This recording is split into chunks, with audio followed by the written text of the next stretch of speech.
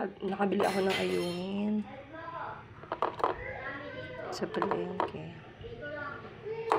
Pero mahal pa. 250 ang kilo. Maliliit lang. Ipapaksaw ko siya. Ayan. Inaayos ko lang siya, guys. Para maayos ang pagkakaluto.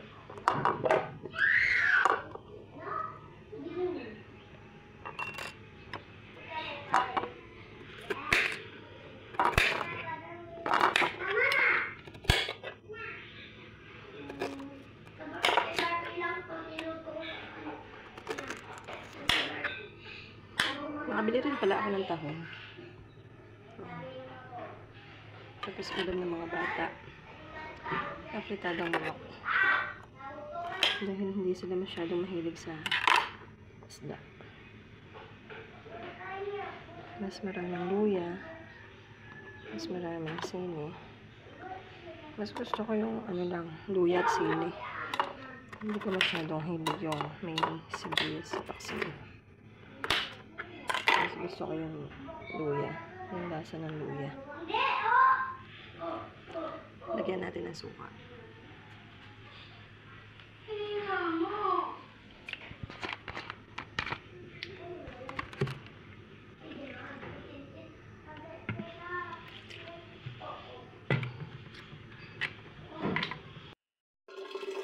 Nakabili rin ako ng tahong.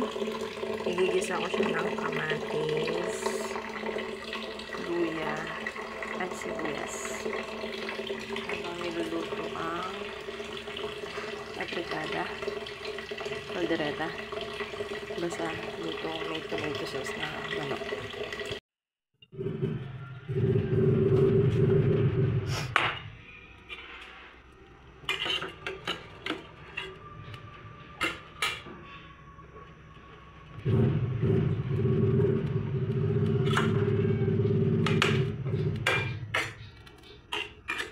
Igigisa ang luya.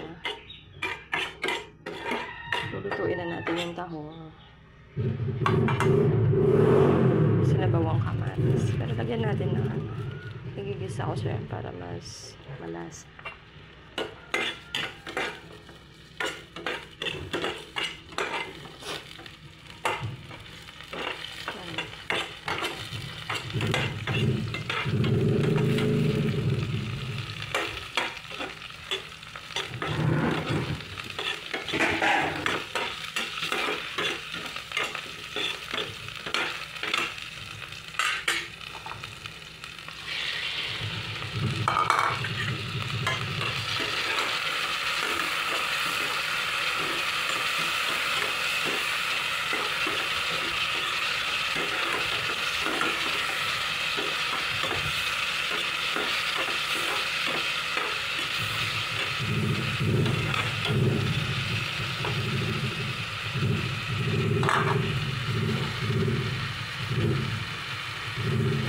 Hayaan na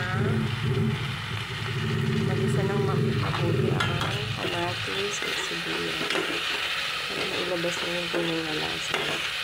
Sibuyas kasi manamis-namis, kamatis maasin-asin, kaya mag-blend ang tamis at asin.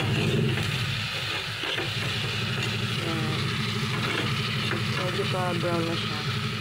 Kaya ilagay ang tahong.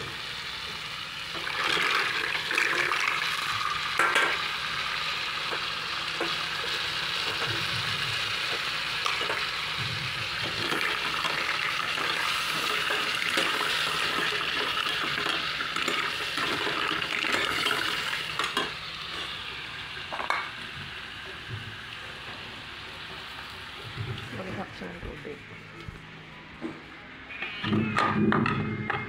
Lahat ng tubig. Konti lang. Para may konting sabaw.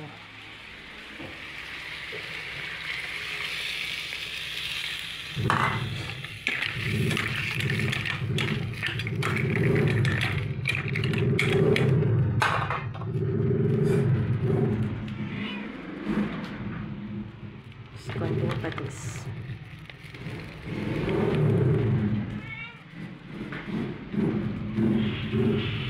Kunti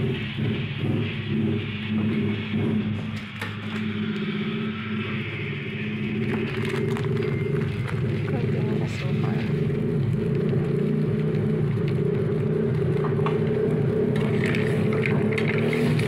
Yan, pakuluan lang natin siya. Yan natin kumulo.